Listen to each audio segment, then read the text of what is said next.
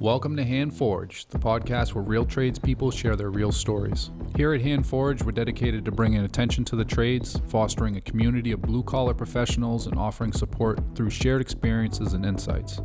Each episode will dive deep into journeys, challenges, and successes of our guests. Whether you're a seasoned pro or just starting out in the trades, you'll find valuable tips, inspiring stories, and practical advice to help you navigate and thrive in your career. So grab your tools and get ready to be inspired. This is Handforged. What's up, everybody? Welcome to the Handforged podcast. This is episode number 4. Making some leeway here, finally getting some podcasts recorded and getting some guests on, and been a little fun. So episode 4, we got Chris Hurd here with the Craftsman General Contracting Company out of New Hampshire. I actually don't know Chris personally. We kind of met via social media. I had a couple of people reach out to me and said, we got to get Chris on. So we made it happen. Kind of packed the week. We have 3 coming up this week. Chris is the first of the 3. So let's get into it a little bit, man. So I know we talked a little bit at lunch and stuff about, what you do and who you are and kind of about the company. Why don't you tell us about the Craftsman, kind of tell us about, projects that you have going on and kind of what you guys do. Yeah, well, first, thanks for having me. This is going to be fun. But as of current projects, we have 2 of pretty much our biggest ones to date so far. I mean, right now we're engaging in a massive entire home remodel in Bedford, New Hampshire.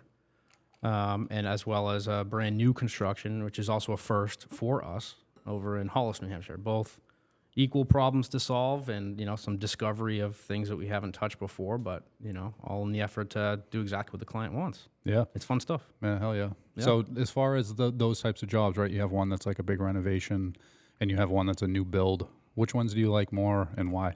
At Seacoast Cabinet, Raleigh, Mass., we offer a full range of services, from design to installation, tailored to residential and commercial applications. We carry 3 lines of American-made cabinetry to fit any budget, ensuring that you get the best quality and value. For more information or a free quote and design, head to seacoastcabinetne.com. It's tough. I mean, this is, again, like I said, first new construction for us, and the learning curve was tight, right? It was something where we would definitely do it again moving forward with new construction, because now that we've locked in one, right, as far as, order of operations and how to execute, is way different than a remodel. Yeah. A remodel, you can walk in, you see walls, right, what you're up against for the most part. I mean, obviously there's the unseens behind walls, but you have a better understanding if you have a layout already there, right? Starting with the new blueprints and all that is a completely different project. Right. Moving forward, I mean, I would keep going with both. Right? Yeah. They're both manageable and handleable, but they're just different. They're completely different. Yeah, I feel like it's the same way with kitchens. Like, you go in and see an old kitchen, you kind of have an idea of what the layout's going to look like. Yep. You can see the space, you can see where the windows are.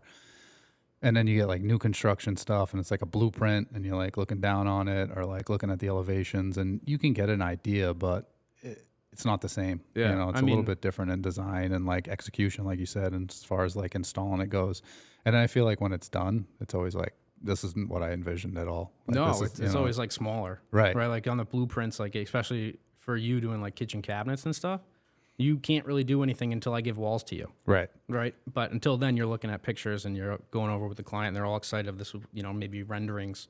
But again, you can't really measure and do your stuff till you have 4 walls. Whereas in a remodel, you can see the kitchen, you already have your walls. Right. Right. So I mean, there's differences. Yeah. Yeah, for sure. Yeah. What is like, as far as like doing this new build, what was some of the hardest parts about doing it and taking it on? We talked a little bit at lunch, and shit rolls downhill. You're at the bottom of that hill. You got to figure stuff out as it comes. Yeah. Yeah. What's been the hardest part? The hardest part for myself is not having a team to rely on to answer the questions of the unknowns that I was unfamiliar with, right? Took the project on, and like I said, we had kind of built up to the new house, right? We've done additions before where, we introduce a foundation work that has to happen, right? That was a first. So we got that part of it.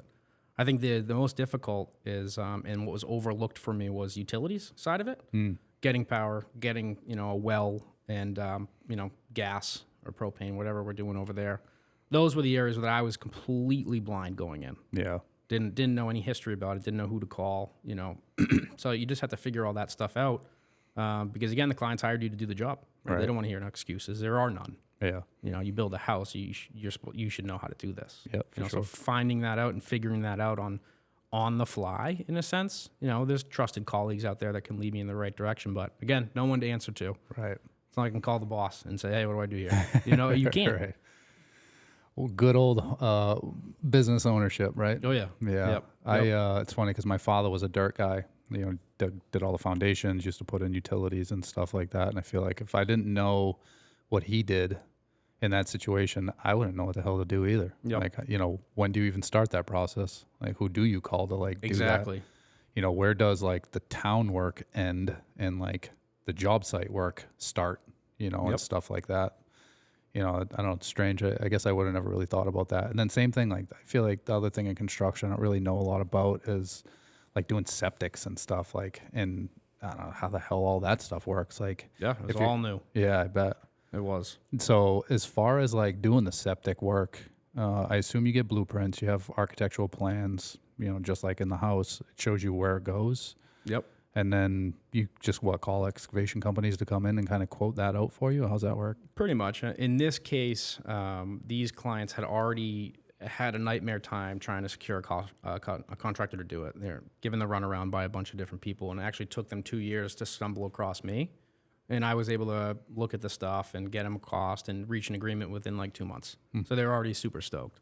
Did they have a tight budget? Why'd they have a hard time finding somebody? Nobody could commit. I mean, in this trade, everybody's super busy, and there might have been things where another contractor may have looked at a problem that I didn't see and just didn't want to do it. Right. The budget they gave me was something, and then we can talk more about budgeting, but when they told me the budget for their build, it didn't scare me, right? Usually someone can tell me a budget, and I know right away, like, all right, I know I can probably do something for them, right? And we'll put something together. But when it came down to what they had, because that's always the first step, where are you in this process? Do you have plans? Do you have architect? They had everything already drawn up. Oh, they sweet. had architectural plans. They had, a septic design done. All the good things that I could just take and run with, right? Yeah. So you go to the town, you get all the permits. If they see anything, they'll say, no, you can't do this or change this. Everything was approved, right? So then you start the stuff. So the first call to me was call the foundation guy, who also happens to do septic systems and all the earthwork around the place. Perfect. So like in my world as a carpenter or a tile guy or, sometimes a light framer, I don't do any of the big boy stuff. Like Yeah. I don't like ladders or big machines. I just don't, right? I mean, there's guys for that. I'm with you.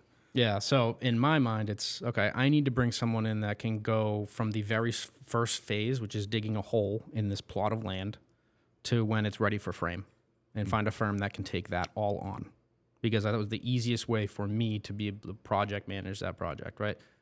I need you to get it from this point that I'm unfamiliar with to where now it's my turn. Right. And I was able to find that, and it was actually executed pretty well. Oh, sweet. Yep. Oh, yeah.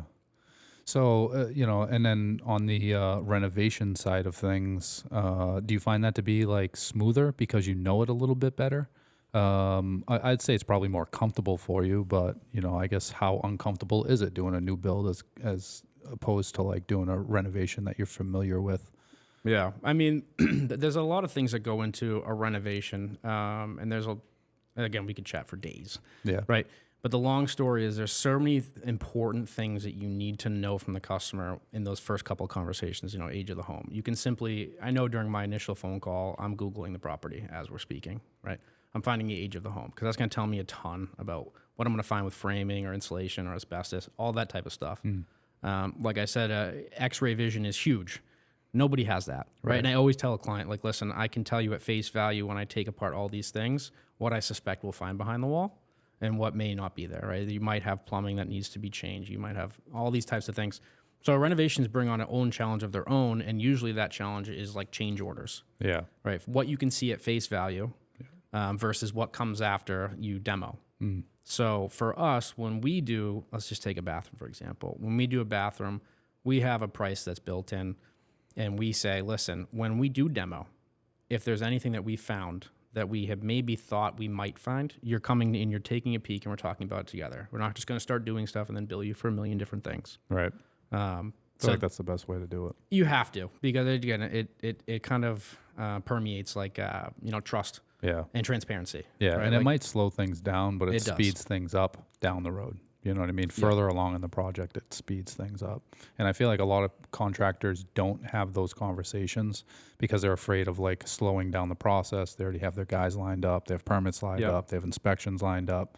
They have all these things lined up, and they don't want to slow it down for the customer to make a decision. So they just go at it and then bill after. And then that always is never good. Right. And I think a lot of other guys can get scared too of like finding things and not knowing in their head, like, oh, I should have known about this, or should I even bill for this? Like, I should, they get all, tight in their head. Yeah. But if you're straightforward at the front saying, listen, if you can see behind the wall, let me know, because I can't, we might take that down. And like I said, there is mold, there might be anything. Right. But if there is, we're going to stop what we're doing. We're going to show you.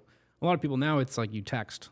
So, like, if they're working or outside of the house, you just send them a picture, say, hey, we found this. This is the remedy. Yes or no? Yeah. Can we proceed? And usually the answer is yes, of course. We're already there. It's not like I'm going to build them astronomical for it, but here's a fair price to address this. Right. It wasn't on the original scope of work. Yeah. But what was on the original scope is that possibility. Right. Right. And, like, usually what we say is, a common one in a bathroom is if the subfloor is, like, destroyed underneath the tile. Yeah. So there's always a line built in there for possible things that we might find. Yeah. If the floor is destroyed, it will probably be X if we have to replace the whole floor. So like they're already prepped to some of these things that would happen. Yeah. And they happen 50% of the time. It depends on the age of the home. How in depth do you go over the contract with the customer before you start work? Every detail that I can possibly imagine. Every question that they have at that time, I work to get an answer for that. Yeah. Because having that clear path is the only way. Yeah. It really is. If you just say, yeah, I can start there Monday, don't worry about it, I'll take care of your bathroom, don't worry about it, it's never going to turn out good. Right. You just got to know, you got to itemize budget, you got to itemize the possible overage on certain things, like I said, the unexpecteds, timeline, when we can come in and out of the house. Who's going to be at your house is more important too. Like for me, again, we'll stay on the bathroom. If it's a bathroom, they know that I'm bringing in licensed plumbers and electricians, right? Don't pretend to do anything I can't or legally can't. So they know, they're kept in loop with like the schedule as well. Like, hey, we're going to be there tomorrow. We're going to demo the whole bathroom. I recommend you go get a lunch. It's going to be loud. Go get a breakfast. So they know who's coming. It's just communication. Yeah. Communication it's down huge. Top to bottom. Sending progress pics throughout the day too, because if you had someone in your house, you're curious. I don't care what you're doing for work or where you are. Sure. You're like, what are these guys doing in my house? Yeah. So if you send progress pics, throughout the day, people love that shit. Yeah. Do you use any kind of software for the communications and kind of keeping tabs on your projects? No, I know that there are a couple. One of the other builders that I work with recommended I use like Builder Trend. I think is one of the good ones. I'm old school. So it's just, I use like QuickBooks for the accounting side of stuff and, proposal creation and all that. But with such a small operation, when we only have like 3 or 4 projects working at once, it's all just text-based, old school, writing it down, typing it up, which works for me now. Yeah. Yeah, I feel like, the technology and stuff and like the software and the programs that are used for, the trades in particular, like Builder Trend, like we see a lot of contractors that use Builder Trend, like it's great for efficiency and for communication and all that type of stuff, but it's not for everybody and it's not fucking perfect by any means, you know? So I'm so against texting communications with work. Like, and I've actually over like the past couple of months, I've been trying to kind of give a little bit of leeway on that because everybody wants to text. My biggest problem, man, is I have so many lines of communication that come in. You got text, email, phone calls, and like the social media, and like the Seacoast email addresses, and my own personal. There's just so much stuff, and then like a text message that comes in. I'm so like hyper focused on certain things, and like when I'm at work, I'm like hyper focused on work. And like the subconscious of my mind thinks that text message is personal. So like I don't pay attention to them, and then like the end of the day comes, I'm like, oh shit, I got a text from a customer, like never responded to them. And I'd be like, oh, I'll text them when I get home. And then I completely forget. Correct. Like if it's in my inbox, I always go back through and like check my inbox. Yeah, and like, so you're an email guy. Yeah, I love email. Because like everything that we do, like in our systems and our operating procedures, everything is keyed up via email. So like then I get a text and I'm like, and I just always forget to respond, or like You don't know at what part in the conversation you are, so you got to like go back to email. Right. Like, what did I already say to this person, or did I answer this already? And, right. And then you have email going, you have text yeah. messages going, then there was a phone call mixed in, and it's like, it's like, I don't know. Sometimes it's the hardest part, but I've been trying to do better with the text because everybody is so quick to text. Yeah, I think text is like the opposite of what you said, where it's really personal. Not the opposite, but that's true. Yeah. Right, but I feel like it works for us. I would say honestly, the difference between email and text messages, right? I will use email, but the email is more for those like, this has to be a professional conversation to the T. I'm listing certain items and stuff. But the text messages is like a human to human, right? Right, where you're just being a human with that customer. Again, you probably have, your clients are probably like, you probably have 10 times the amount that I have at any given moment because you're a vendor. Right. Right. Yeah, it's different. Versus me, who I'm really only worried about 3 or 4 people that may text me for weeks at a time. Makes sense. So I'm able to be more personable with that person, which is why I do that. Yeah. Right. Because if I scheduled 8, 9, 10 people at a time, I'm sure I could knock out the jobs, but I won't be able to get answers instantly for all these people. Right. And that's, I feel like, the reputation that I have is because I'm communicative. Yeah. And like, I want to feel like part of the family while I'm doing this project. Like, you've given me the keys to your kingdom. Right. And like, I'm going to be there. Like, I'm going to answer you, Yeah. and I'm going to keep you posted, give you the ups and the downs. Yeah. Have a good time while doing it. Yeah.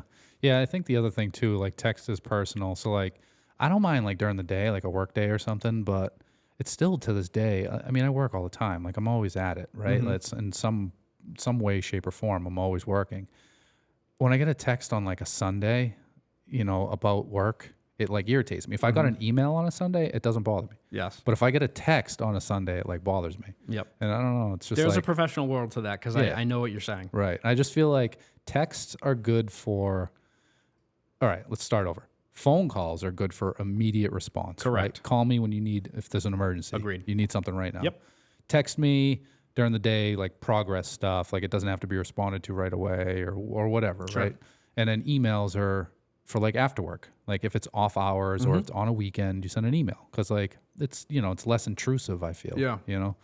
But not everybody feels that way. Yeah, so like, but I think too, there are, in the professional world, like, yes, the designer that I work with, yes, it'll be email after hours. Like, you just got to set those parameters. Right. Right. But you got to understand from the customer point of view, they work, let's say they work 9 to 5, right? Right. We're at their house 9 to 5. We leave, they show up. They're going to have questions, and Yeah. they're not going to wait till the following day. Right. They're just not going to. Yeah. And they're not going to write an email. They're going to go right to their phone and be like, hey, just to let you know, like this cut, like we're going to button this like miter up, right? Like we're going to fix this one. And then like, if you don't answer right away, it's going to fester. Yeah, well, it festers. So you just got to be like, yeah, of course, not an issue. Yeah. Don't worry about it, on it.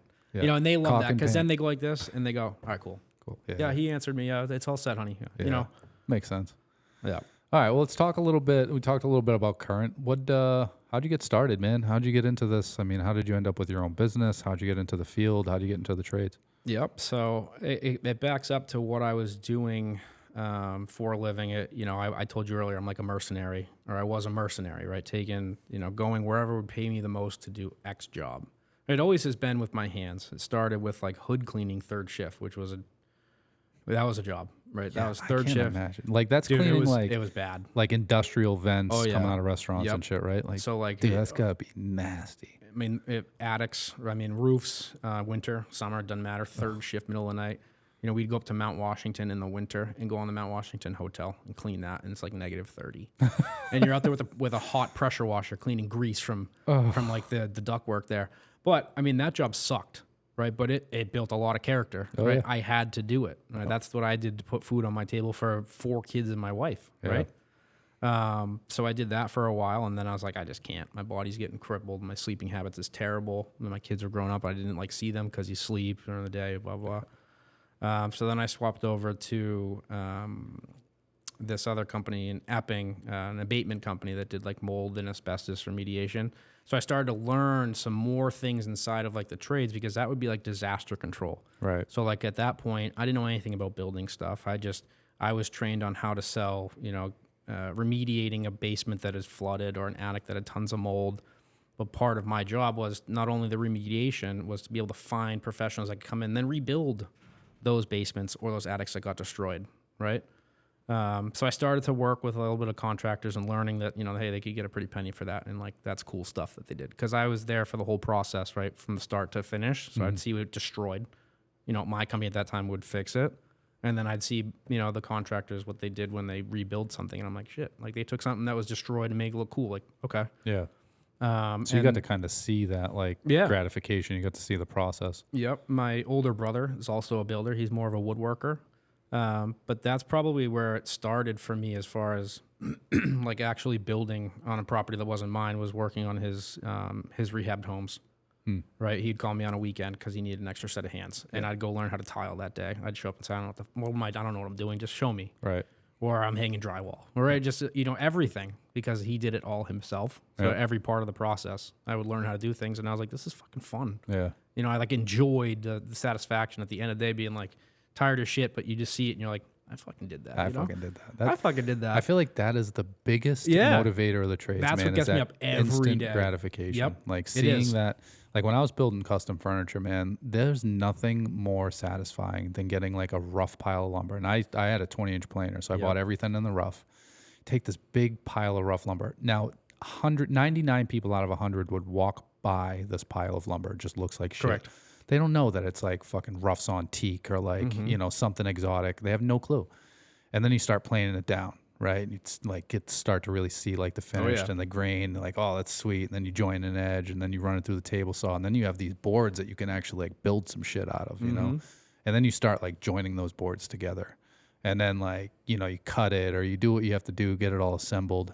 And then the finish work starts. Like I had a spray booth and I came from finishing background. Like I used to restore antiques and do finish work for a furniture company. So like that was my thing. Like take this rough pile of lumber, you now made this table, and then finish day was like always my favorite. So you get that first coat of like oil on it and like all the grain pops and it's like, man, this is why I do what I do. Yeah. I ain't making shit for money. Right. Working way too hard. I don't have fucking insurance, but man, I'll build this shit all day long, Yep. That's what I love about the trades, man. I think it's so gratifying. Yeah, and I mean that's how it was early, right? Yeah. When I first started in 2000, it was either 18 or 19. I always forget. I have terrible memory, just like my kids. I can never remember when they ask me how old my kid is. I say between 7 and 10. Yeah, somewhere in there. Yeah, and if you ask me how old I give you the year of my birth because I never could figure it out. But yeah, I mean at first it was take every job I could get when I started, right? Take everything, yeah, I got you. I can do that, no problem. Didn't make shit for the first year, just maybe minimally more than what I was making at a desk job. Yep. But I knew that I was building like a clientele. Yep. You got to start somewhere. You got to build reviews. Yep. Or you have to get your face out there so that people can refer you. And then, you start to get these jobs by yourself and you make some money on some, you lose on another. Yeah. And you learn. Yeah, and you're getting paid to learn. At the end of the day, you might not be making a lot of money, but you're not paying for an education. You're getting paid for that education. Yeah. Yep. And it just took off from there. I mean, like I said to you at lunch, like time off is only if I want it. Other than that, when people ask me, how far are you booking? It's, I don't know. Book until we're done. Yeah, I mean, I can, I'm technically booked out like 2 years, but we'll get it done. I'll get in there when I can get in there, and you'll be happy. Yeah. Right, because it happens all the time. We finish a job much faster. I'm pulling that next one forward. Right. Or if I have enough time, I'm going to get something else in there. So, it's fun. Yeah. I love this shit. Yeah. Yeah. So all right. So you did that with your buddy. So you're doing flips. Sounds like brother. Yeah. Oh, your brother. So you're doing flips with your brother, doing that work kind of on the weekends, and then so what happened? When did you jump from desk job to doing that stuff full time? Gotcha. So I was actually working for. Can I say company names? Yeah. Sure. Is it like a thing? I mean, he's a good guy. We can always bleep it out if we need to. Yeah, but I mean, it's kind of important. He's pretty inspirational. So I worked for Armstrong Duct and Vent in Manchester, New Hampshire, right? One of the smartest business owners and people I've ever come across. Oh, awesome. Right? Kind of like a mentor then. Yeah, for sure. He opened up my eyes to a lot. I went in and took a sales position with them after being a technician for a little bit, right? I switched over to the sales side. So I was in the office. I could see how things were running. Mm-hmm. And this guy, I mean, he's got all the money in the world, but he'd be the first one there, last one gone, every single day. And one time I asked him, like, what are you even doing here, Joe? And he's like, what do you mean? I'm doing my job. This is my business. This is how it keeps going. You know, I could just see, like, at that point, I'm thinking, you know, I'm younger. I'm like, wow, if I had that much money, I wouldn't fucking be here.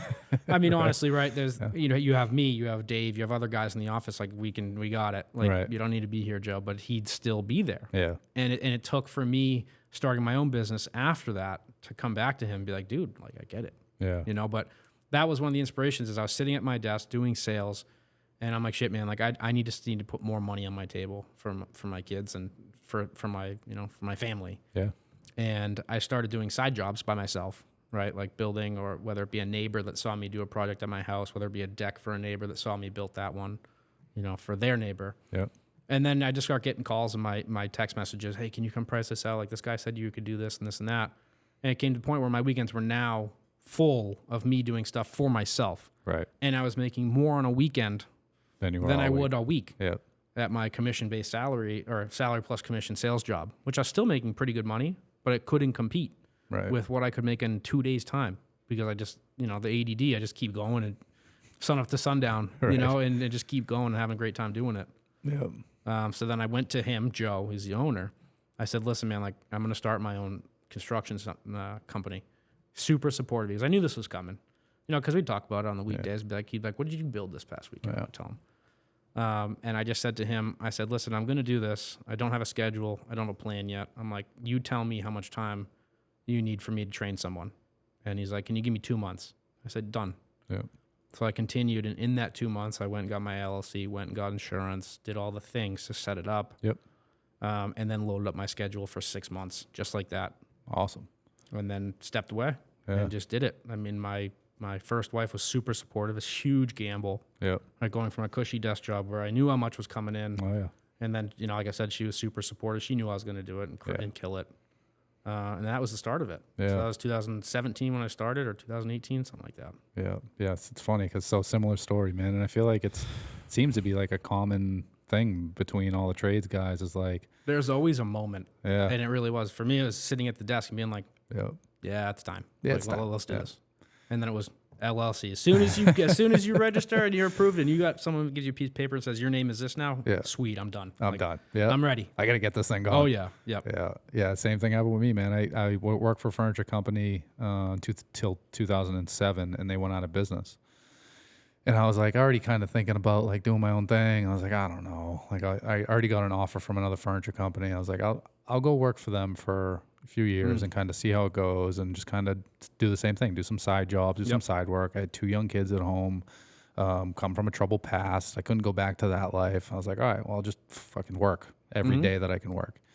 And yeah, so 2007, I jumped out for the furniture company, but I was only working 4 days a week. I had 4 10-hour days. So I had 3 days off. I was like, oh, fucking sweet. Like I had 3 days to do my own thing. I could do a cool project in 3 days. Started like building up my own clientele and doing some odds and ends stuff, going to yard sales and Craigslist, trying to find tools and shit. Like I was broke. Like, you know what I mean? I had 2 kids at home trying to provide for everyone. And, I feel that. You know, and same thing, man. At 5 years, I was like, it was actually about 4 years. I went to my boss, and it was the same guy that started me in furniture. So the guy that started me in furniture, his name's Bruce Mosby, all my life.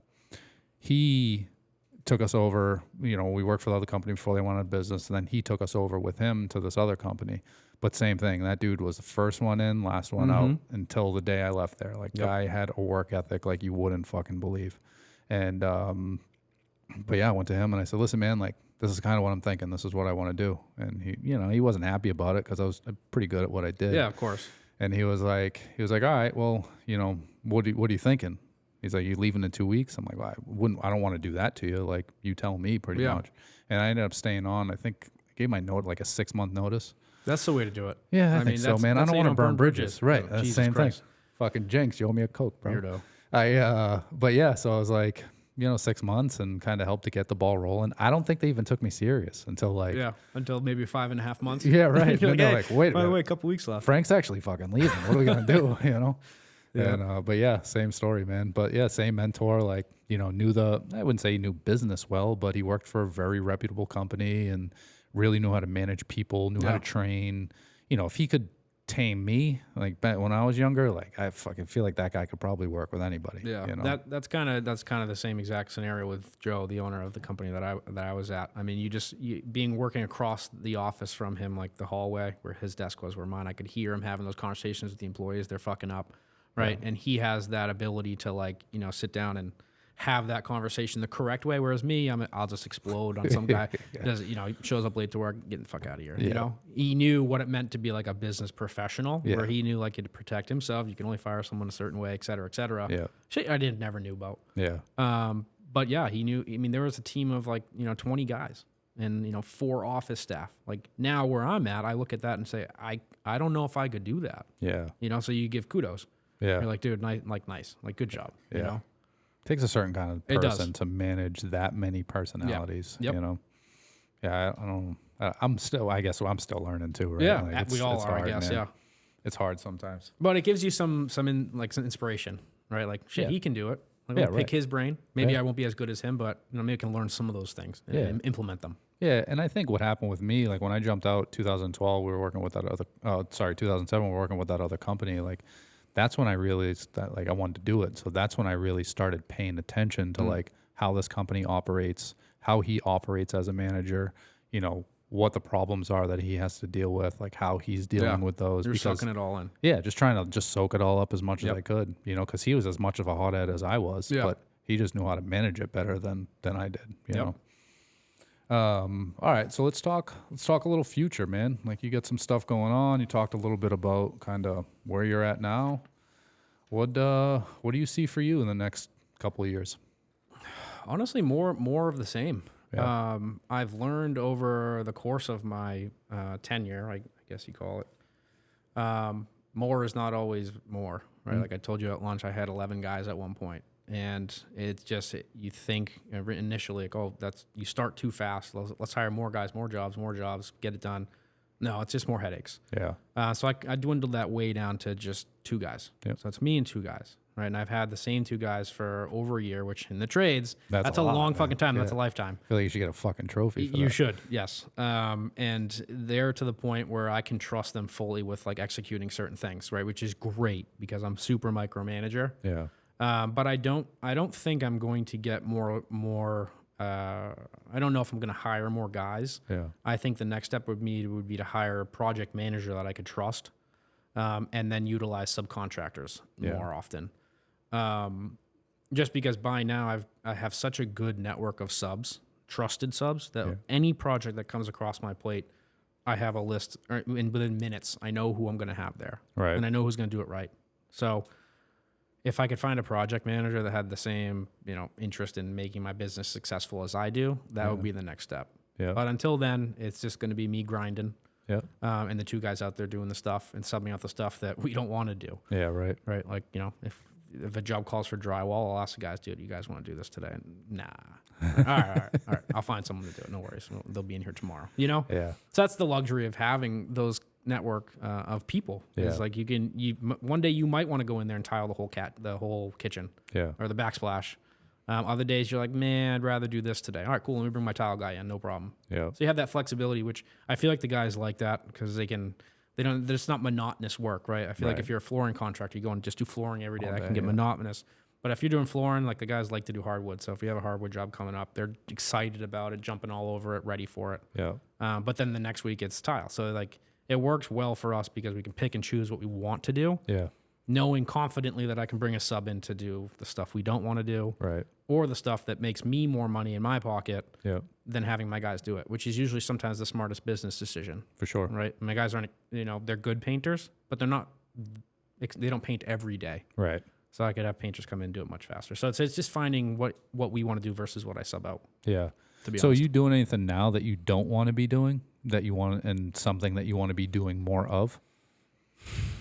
I would rather be, it's tough because I still love to build shit. So like letting go of that, like if there's a bathroom, I know for a fact I'm going in and I'm tiling that shit out of that shower. Honestly, because I can't sleep sometimes, and the day before I know I'm starting, I'm going to mix up some mortar and I'm going to throw some tile on the wall. Like I get excited. Yeah. So, but I know to grow the business, I would have to find someone that I can trust to take that vision and run with it. Yeah. Whereas I can be more out there selling stuff, meeting people, networking even more with more contractors, and making the client interface better. Yeah. Right. Where does the bulk of your business come from? Facebook. Yeah, it's Fucking huge. good old Facebook. It's yeah. unbelievable. When I started, I did Google. I put Yeah. a page on Google, Yeah. and then I created a Facebook page for it.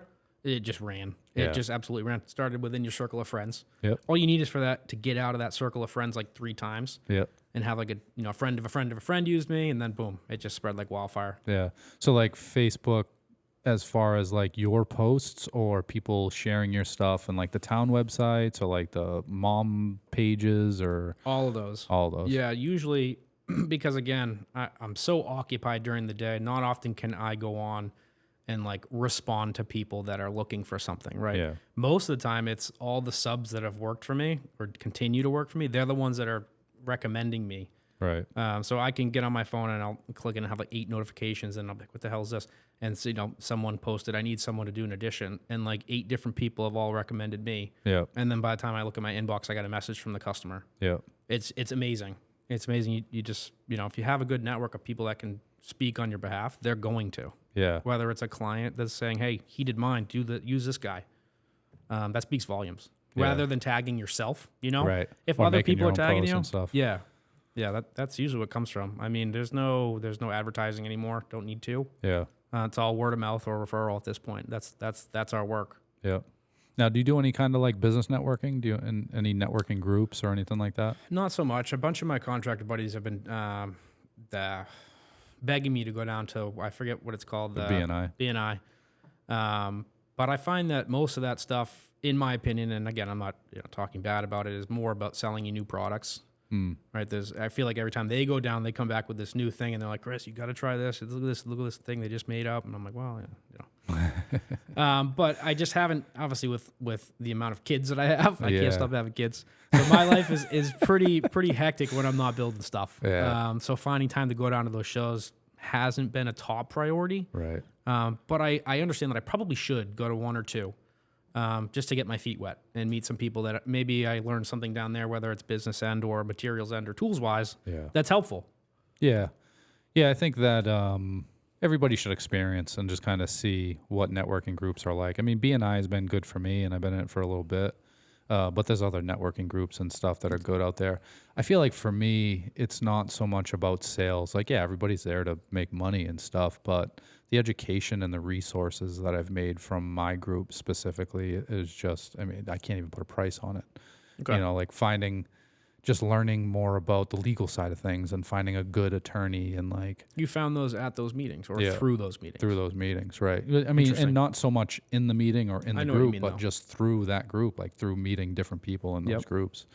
But my group is huge. There's like 40 something members in our group. So there's a lot of people, but learning stuff about like the law, learning stuff about payroll, finding somebody to do my t-shirts, finding people to do, I mean, anything, man. There's just so much out there. And it's more of like for me, it's more of a knowledge thing than it is like sales or, trying to buy other people's stuff or anything like that. And just meeting people and like finding out what people do. I love connecting people. Yeah. Like I love hooking people up with other people that can help them with nothing in it for myself, right? Like I've just always been that way. I know a lot of people and people are always looking for something. Like I just love making those connections. So for me, it just works. Yeah. I also only have a 17 and 19-year-old. I'm an empty nester. Like, and like I told you earlier, it's not like I'm in a tool belt on a job site every day. Like my job is sales. I have to bring jobs into the showroom in order for us to stay eating food and keeping the lights on. You know what I mean? So it's different for me. Like I have to do that type of stuff, but I think it's made a huge difference for me just in the education of like business side of things. Yeah, that's interesting. I haven't looked at it or thought of it from that side. Yeah. But that makes me want to go. Yeah. You're welcome for real, anytime, I had that unwanted and I guess unwarranted opinion that it was like a crock of shit. Yeah. I'd be like, oh, Dude, this I guy's thought the same ego's thing. everywhere or something. And it's like, dude, I don't need to learn from this guy who built decks for 70 years. I don't do that, Yeah. It was funny when I went in the first couple, I was like, man, this is like a fucking cult, man. Like these people are fucking weird. But then I got into it. But then you like, became part of the cult. Then I became part of the cult. Gotcha. And then they got me in. Yep. And then we're doing seances and it was all these other sacrifices things. and whatnot. Sacrifices. That's why I only have the 2, right? One of them's gone. Yes, yeah. John's laughing. I hope we can hear that on the audio, John.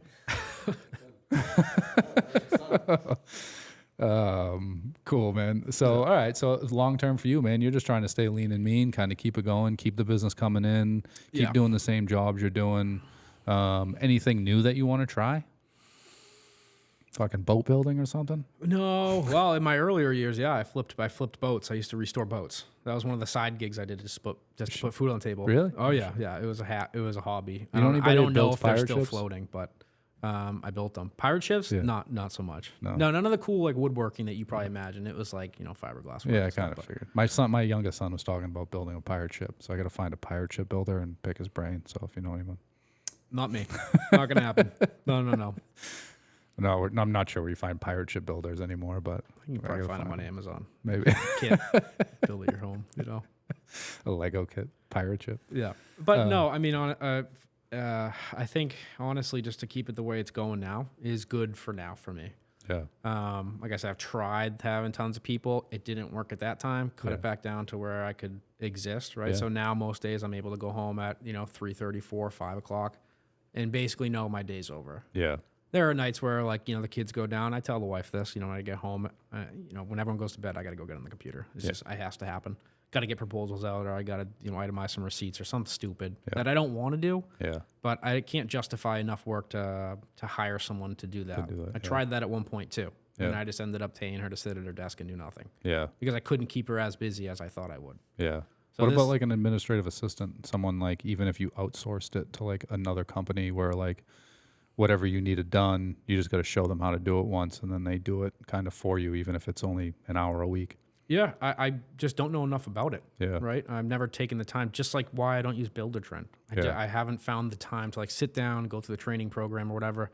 I haven't really had the time to think about handing that stuff off other than just like complaining about it, like, I shouldn't have to do this. Like I should have someone. And then I just go, okay, let's do this. Yeah. Let's just do this. Yeah. So I guess I should find some time to try and see what, if you have any leads for like outsourcing of those things, great. I'd love to hear it. I do. Then that's a conversation to have off air for sure. Cool. I love that. Yeah.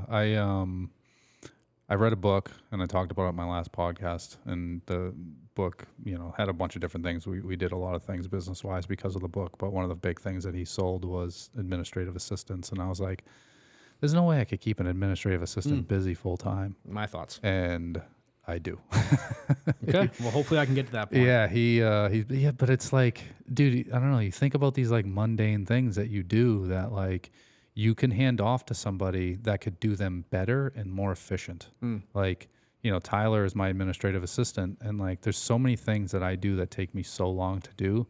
But because they were taught, like me and you learned in books in school, like they were taught on computers and laptops and tablets and shit. So the technology stuff, they're just so fast with, dude. The same thing with my daughter. And they pick it up like that, So it's like things that would take me 3 or 4 hours takes him like an hour. And I'm like, man, why didn't I do this sooner? And I have to make stuff for like to keep him busy and like to kind of keep him with the hours that he wants to make. But it's all these things that like just help me to be able to do the things that I need to do in order to grow the business, right? And in order to bring in sales and the stuff that like is more valuable to me. Because, going through and doing payroll every week is not worth my time. My time is more valuable than that. Like I need someone to help me and do those things. I want to oversee it. Like I want to kind of see it and make sure that everything's right and everything's accurate. But like that only takes me 10 minutes as opposed to doing fucking payroll takes me forever. And like nobody knows how to punch in and out every day. So like you always got to contact them like, hey, what time did you work till on Thursday? What time did you punch in on Tuesday? Oh, I forgot my phone was dead. Yeah, right. I'm like, well, are you using PTO this week? Right. Like I just don't have the time or the bandwidth to do that. So like having an administrative assistant do that is like just it helps. You know? And so I did have someone that I had in that role for like almost a year when I had all those guys, right? But it was almost like it was a job in itself, a job of a job just to come up with a list of things for her to do at that time, right? Because some of them are repetitive, like you said, payroll, keeping the guys clocked in and clocked out, checking that stuff.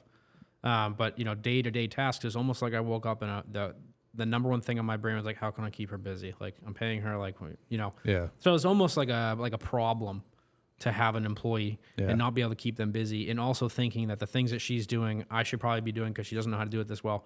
So like, you know, it's Yeah. the micromanaging or the Yeah. ADHD not to sit down and show her, because in my trades, every project is different. Every material, it's in here. I can't get it, Yeah.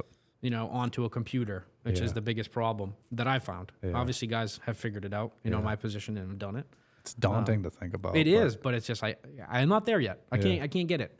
I wrote it down. I made a job description for you before, right? Yeah. So I made a job description And for then him. he flew through the whole job description in 30 minutes, and then you're like, oh, what do I do now? Pretty much. It's Yeah. pretty much what happened. And So then I that's just started, super stressful for me. And then I just started generating different things that I could have him do. And as he got better at the other things, he picked up on other things. Yeah. Now he's like logistics coordinator, administrative assistant. He's been doing like some accounting things that he knows how to do from school. Like, Yeah. I don't know how to do that shit. Like, you know, it's huge, man. It's been helpful for me, but I don't have all the fucking answers. I just know that it helps me, Yeah. you know? But Well, yeah, it certainly does. yeah. And he was talking about maybe starting a company where like he could, you know, bring kids, because he goes back to college, right, in South Carolina. He still works for me part-time from South Carolina. Like we'll hop on a Zoom like once or twice a week or get on the phone or text or whatever. And he still has his job description and stuff that he does while he's down there. Yep. But he was talking about like maybe getting some other college kids that wanted to do the same thing and starting his own little company and just like having a bunch of administrative assistants for like specifically trades guys, because I feel like trades guys don't realize how beneficial it could be. No, we're not. So he's an entrepreneur just like you. Already Yeah. brainstorming for it. Yeah. Yeah. And Yeah. it'll be a good one. Yeah. That'll work. Yeah. I think it'd be cool. Yeah. But, I mean, it'll get the college kids like something to do while they're at school, Paid. and it'll help like the blue collar guys, you know, Yeah. because like we like to build shit, but we don't want to do the I don't wanna do paperwork. any We computer don't do all the stuff. stupid stuff. you know? My worst dread is when my CPA needs to talk to me. Yeah. It is. That's just like, dude, you fucked up something. Fuck, man. Right. What are we doing here? Did I put a decimal wrong somewhere? My Isn't bad. that a write-off? I don't know. Yeah, Chris, you can't write off that boat. You don't know how it works. Yeah, but what if it's a pirate ship and I have a business plan for the In pirate that case, ship? yes, that might be an exception.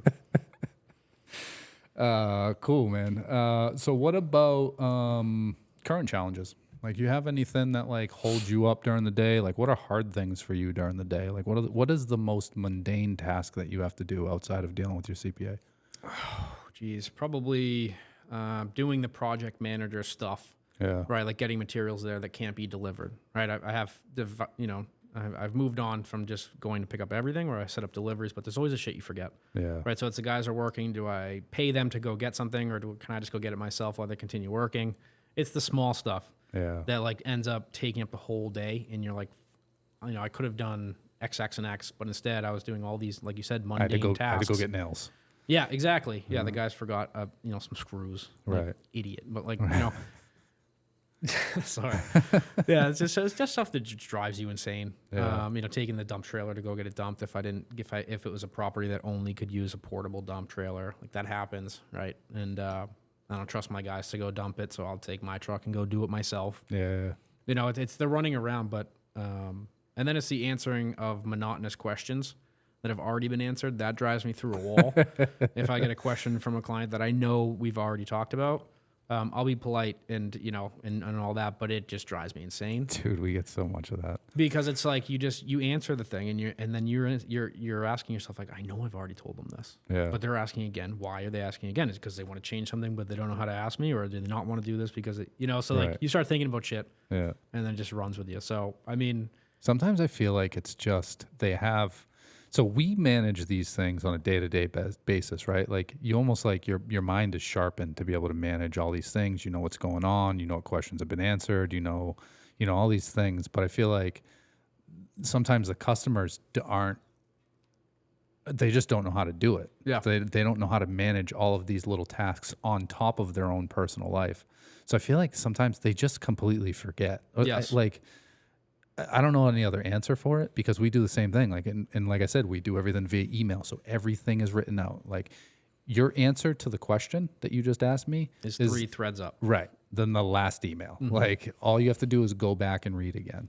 But I feel like there's just so much going on. They're trying to pick out faucets. They're trying to pick out their fixtures. They're trying to pick out their appliances. There's so much going on, and they're just not seasoned to be able to manage all of these little things going on. They completely forget. That's the only excuse I can figure, unless they just there's a cult of customers that just want to be a complete pain in the ass. So I'm glad you brought that up because there is, and I'll probably get shunned for this, but there's a certain group that I've decided is in my target audience, right? And it's my age group. Yeah. That I have found over the past 4 years are just extremely easy to work with. Yeah. I feel like, the boomers, right, are just, for some reason, they just don't trust the youth. Yeah. I can't tell you how many jobs we've done phenomenal jobs for, but just the oversight that they feel like they need to have. For some reason, it's like they've hired their child to do the work. They got to right? babysit. Yeah, but it's, and then a lot of times it gets to the point where it's like, I say, ma'am, you hired me to do this job. Like, I'm going to do this job for you. But, like the hand holding and stuff, like it, we don't need that. Yeah. Whereas our age group, for, as far as I've seen, which is probably about 70% of my customers are in our age group, like 30 to 40, and maybe a little bit over that, 45, something in there. It's all about how you vibe. Like the moment I meet that person, I'll know right away, like how this job is going to go if I take the job. But if you tell them, yep, I'm going to build your basement, cool. And that's it for the most part. They'll have some things that they have to say, like, from decisions and stuff, but for the most part, they leave you alone. Whereas the other generation just is always over your back. Every day you're getting like, passive aggressive text messages about something that doesn't need to be even spoken about. It's crazy the difference in age groups and how people handle certain things. Is there like a certain job, like say, somebody wants you to do this big addition on their house, right? Mm-hmm. And the job amount is $300,000, but that customer is going to be a complete pain in the ass. Yeah, you give them the fuck you price, right? Which is like, in the most professional way possible. Of course, maybe we'll edit that one out, but I say we keep it. Yeah. No, I mean, that does happen. I tend to walk away when I know. Like there's so much work out there if you're doing things right. It's just, if you're going to be a dickhead, I'm going to go to this other guy who's also in line waiting, and I'm going to go see if he's going to be not a dickhead. Yeah. And I'm going to work for the not a dickhead. Right. Right. The dollar amount doesn't really matter unless it's a job where they're not going to be there. I'll deal with an asshole that's overseas. Yeah. Right. Versus a guy that's going to be there and, hand behind your back watching you like paint a baseboard. You know what I mean? Yeah. But yeah, the FU price is usually for the smaller dollar amounts ones. The ones that are like, hey, can you come install this exterior door for me tomorrow? And it's like, sure, I'll be there for $5,000. Yeah. No problem. The door's there, right? No, we don't have a door. Oh, okay. 10. Exactly. Yeah. So, and if they bite, great. I got to deal with that person for a day. Yeah. It's not like I'm forcing the price on them, but sure. Yeah. I'll pull the guys out of this $30,000 bathroom we're doing to come do a door for you, but it's going to cost you like 7 times what it normally would. Right. So there's those things where that does happen. Yeah. And I feel like people should recognize that. They should be like, listen, this guy gave me a $10,000 price. He's just gouging me. No, you're an asshole. Correct. That's why you got the price. Yeah. Yeah, it happens all the time. That's funny. Dude, we did a job up in Maine once. We were installing this kitchen, and the guy had security. He wasn't from state, so he was in like Mississippi or some shit.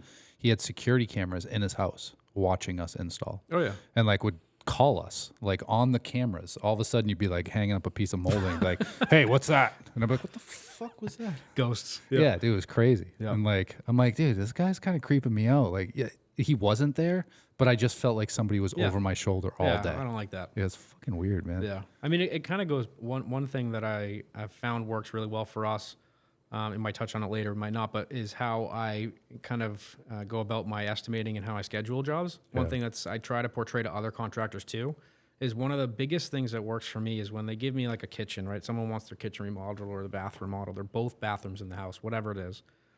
My first line of questioning within like, getting the budget, if the budget's good, whatever, is do you have any vacations planned at all? Right. And they go, what do you mean? And I say, well, listen, if you do have a vacation planned, I'm not in a rush to do this for you. Right. If you have a vacation at any point in the next year or so, we would try to schedule that on your vacation. Right. Because you're not here. We're able to do tons more work. If you trust us with your house, we'll be able to deliver. We've had people that go on vacation. One family, we did a kitchen for in 2 weeks, a whole kitchen in 2 weeks with permits and inspections scheduled to a T. And that was with like a herringbone, crazy flooring, like 800 square feet attached to like a mudroom and a bathroom. Just insane amount of work that we would never have been able to do if that family was home every day. Because, at 5 o'clock, you're cleaning up. You're spending 2 hours cleaning up every day, blah, blah, blah.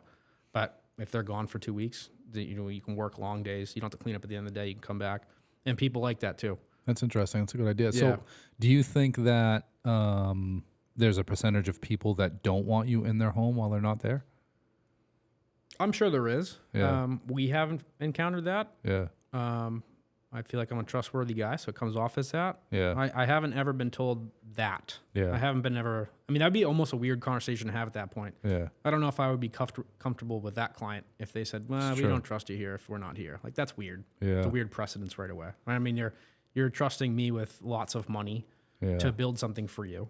I mean, I feel like there's a level of trust that should be established. Yeah, but I feel like there's a lot of people that have been fucked over by contractors. Yeah, I suppose you're right. You know, some people are just nervous, man. Like Yeah. we're working with a customer now who got took for $15,000 from another cabinet It company. happens all the time. You know, and it's like, and I'm doing everything I can to like save them money because like I feel bad. I'll never see that 15 grand, but like No. I'm trying to do everything that I can. But like I'm almost afraid to ask for a deposit because Right, they they've just got been screwed over for that way. You know what I mean? But you know, Yeah. again, that's business. Like if you want to do a business with us, we need a deposit. But Yep. you know, it's like I feel like some people do have trust issues, and sometimes they're warranted, and sometimes they're just not. Some people, are Yeah, just there's a paranoid, lot you know? of red flag pre-qualifying you got to do. You know, and if you're a client out there listening to this and you're calling someone for a bathroom, you don't tell a contractor, I've had 9 guys look at this. Yeah, Right? I'm not going to be number 10. Like, yeah, right. I mean, best of luck. Yeah, good luck. You know, something happened. Or if you call me and say all materials are here, I just need a labor cost. It's like I'm all set. Yeah. There's no money for me to be made here. You know. Yeah. So you won't do those jobs. Not usually. I mean, there's some, you know, but if you take a kitchen, for example, you know, I would be extremely suspect if someone called me and said, hey, cabs are here. I'm working with a designer or I'm working with a vendor to sell them. I'm not interested, you know, unless I'm being reached out to through someone like you Yeah. or a GC that is handling that portion. It's never going to come out good. Yeah. Homeowners that try to GC things, something's going to go bad. The other one is not only that is the ones that make me super upset is my brother-in-law's an electrician Yeah. or my son's friend is a plumber, so he'll help me out. I'm Yeah. sure they will, Yeah. right? But I won't take jobs with those Yeah. because what always happens is the same. Yep. Yeah, but no, my brother-in-law's an electrician. He'll come out and help us. I'm sure he will, but he's going to come on his nights and weekends that he already came from his full-time job. Right. It gets pushed out, Yeah. whereas my schedule gets pushed out. Yeah. You know, whereas if you're using my people, I know he's coming tomorrow. Right. And he's going to do this so that I can do X on Wednesday. Because I can hold them accountable. Correct. Right. And you know, it just, I don't, those jobs never work. Yeah. Yeah. We have, so we get a lot of residential customers that walk in that don't have general contractors. And they talk about doing it themselves. And like, I've told every person that has walked in the door with that story that like, listen, general contractor might cost you 15, 20%. You pay for what you're getting. But they are worth their Yep. weight in gold. I Yeah. say, you know, usually what I tell people is that like, if you have a plumber that's going to come out and do your job, right? Like your countertops just went in, you're almost done your project. All you need is final connect on your sink, final connect on your dishwasher. You just need a couple of small things, and then you have your kitchen, and you're done, and you can start cooking and get back to life as normal, right? Yep. If you're scheduled for Tuesday with that plumber, and a general contractor calls that plumber and says, hey, I have a job that I need you on for 3 days, he's going to the general contractor's Correct. job. Yep. Because that general contractor is going to bring him repeat business on a regular basis. Yep. So what your job is going to turn into is babysitting grown men. They're not going to show up when they say they're going to show up. They're just not going to really care as much as they should care because there's nobody really holding them accountable. That's one job to them that they can just do and walk away from. Right. With a general contractor, they're held accountable. Yep. If they want work from that contractor Yeah. and they want to continue to do business with that contractor, they have to do what they say they're going to do. And, you know, and I always tell people, like, every person I've had this conversation with that did not take my advice has apologized Yes, and wished that after they the fact. did. Right. Yes. You know, because Yeah. it's so worth the 20% that it's going to cost you. Yep. So a good example of that, if we're still on that topic, is we did an addition in Wyndham, and the customer is super smart. One of the smartest businessmen I know. I still reach out to him for advice too. We end up getting on that level. But one thing that he did on this job is I gave him a quote for the whole job, right? The whole interior finish of the addition. It was like phase 2. Phase 1 was building the structure, getting it weather tight. Phase 2 was, you know, the inside finishes. When it came to phase 2 and I gave him the proposal for the whole job, everything, heating, plumbing, the whole 9 yards, because he was retired, semi-retired, he took it upon himself to try and GC that side of it, unbeknownst to me. right? So he would reach out and he got like quotes for plumbing, quotes for electrical, had all these vendors, 3 or 4 of every single one. He did it by the book, right? He got 3 or 4 from every single thing, from drywall to painting to tile to flooring. So he Googled it. Pretty much, yeah. But he had a bunch of local guys come, and at the end of it, he calls me. He goes, Chris, I have all these quotes from all these companies. You're pretty average with most of these, but I'd like to bring down these certain sections that I know I could get done for less. I said, you can certainly do that, but then the project's completely yours. I don't want to pick and choose what I'm doing. And he's like, well, no, you can still add your GC cost on top of it because I have no interest in managing it. He's like, I just figured I would get some other prices on it. What'd you do? I said, no, thank you. I'm going to use my people. True. And he goes, I understand. You can proceed. Yeah. But and then after that, he goes, I'll never ever try to do that ever again. Yeah. He's like, it's just I would never have the time. He goes, that's the value in why I hired you is because you can just scroll through your phone and call someone for something. Right. Yeah, and I guess, you almost have to respect the guy's like willingness 100%. to like do it and do his research and like do the right thing. Super smart. But at the same time, like you have a working relationship with your contractors and they know how you work, you know how they work, you know all of that, the ins and outs, like you know all this stuff. And like that's what was explained to him. Yeah, and when you bring in somebody new, it's a whole different ballgame. He's like, I suppose I could save a little bit here. He goes, but I hired you so I wouldn't have to think about anything. He goes, that's worth it to me. So he go. Yeah. I'm like, well, it's thank worth you, a Mark. peace of mind, man. The good part is that I did end up using 2 or 3 of those people, and now I continue to use them. So the good thing is that he found some good people on his own. There you go. Right, so I got like a plaster connection out of it. That's sweet. It ended up working. Yeah. So that was different. Not a lot of people will do that. They'll call you and say, well, I got this painter that'll come in and do it, for far less. So let's remove painting from your scope. Before I would have been like, no, I'm all set. I'm going to do the whole job or not the job. Yeah. Now I don't want to paint ever. So I encourage that. I say, please go out and get a painting cost because I don't want to paint. Yeah. Yeah, with it, man. I don't like paint. I don't like sheetrocking. Nope, I don't not mind hanging anymore. rock, man, but like mudding and taping. 10 sheets maybe. I'm not doing like houses. Yeah. Nah. I don't know, man. I like mudding and taping. I'm good at it. And I feel like I finish with a good product, but I hate every second of it. Like I would it's rather, not fun at all. Dude, I'd rather do laundry. And anybody that knows me knows how much weight is in that statement. I fucking hate laundry. Yeah. But I would do laundry over mudding and taping. Yeah. So I guess as far as we go, man, that's pretty good. I mean, are there any, support or resources that could help you in any kind of way with your business, whether on the business side of things or in the trade side of things? I mean, I might have to check out some of those groups. Yeah. I mean, that just hearing your experience from those, that's valuable stuff I could use. Yeah. Well worth it. If you need a hookup, I know the chapter success coach. So he works with like a bunch of different BNI groups. Could find one close to you. Yeah. You're always welcome to come to my Newburyport group. We meet every Wednesday morning from 7 to 8:30. Full breakfast and coffee. Every Wednesday, huh? Every single Wednesday. Jeez. It's a commitment, bro. 7:30. I got like kids to get to like 7 different schools. Yeah. So. I don't know if that's going to happen. Maybe during the summer. No, then it's daycare, so it's the same thing. Yeah. Yeah. Well, if you ever free up, man, you ever want to come be a visitor, you get a free Maybe my wife will hear this and say you can go. Yeah. I'll get you one a month. What's your wife's name? Brandy. We want to get them to BNI, Newburyport. She got to handle daycare in the morning. Sorry. It'll be one day, I swear.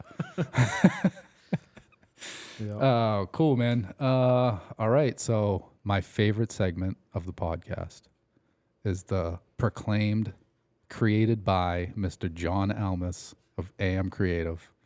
Okay. Toolbox tips, baby. What kind of advice would you give to like another contractor, or a younger youth just starting out, or somebody that's in the trades that may be thinking about either jumping out on their own, or even somebody thinking about getting out from behind their desk and getting into the trades? Like, what kind of advice would you give for that? I would say the number one thing to consider and actively work on from day one is a CPA. I got into a ton of tax trouble my first year, and that was just because I was just like most of us, where I was just swinging a hammer. I'm used to filing my simple return. Yeah. But that's the biggest one. Make sure your stuff is in line. Insurance. Insurance, The stuff you do by the code, you really have to do it. And a lot of people will harp on you. Yeah. But doing that, and then also finding a niche. I think a niche is a good one for others. Like general contracting, it'll come once you learn a bunch of different things if you're a newcomer. But if you work under someone and you're doing a bunch of different things, you're going to find out what you actually like to do, right? For me, it's tile. It still gets me up in the morning. That's what I look forward to out of the whole scope of work. If it's tile, I'm pumped, right? That might be carpentry for you. That might be painting for you. Great. If that's what you want to do and you want to start your own business doing that, then focus on that. Keeping your scope as wide as a fishing net, like I did in the beginning, became overwhelming because I was being relied on to do so many things. Just try to hammer it down. If I were to do it again, I'd go out as a tile guy, hands down. Just tile. That's it. Now, do you think you had to do all of those things to learn really what I- figure out what it is that you like doing and what you wanted to do? Yes, absolutely. I feel like you almost have to. Like, you almost have to jump out and, like, try a bunch of different things, because what you think you might like, it might not actually be what you want to do every single day, day in, day out. Yeah. And again, I say this now that I would only do tile, but if I had to do tile every single day in 6 months, I'd probably be like, fuck this. I want to do What am I something else. doing? Yeah. So, I mean, I say Give me that some now, drywall. but I think having the variety works for me, but it might be, being monotonous might work for somebody else. Yeah.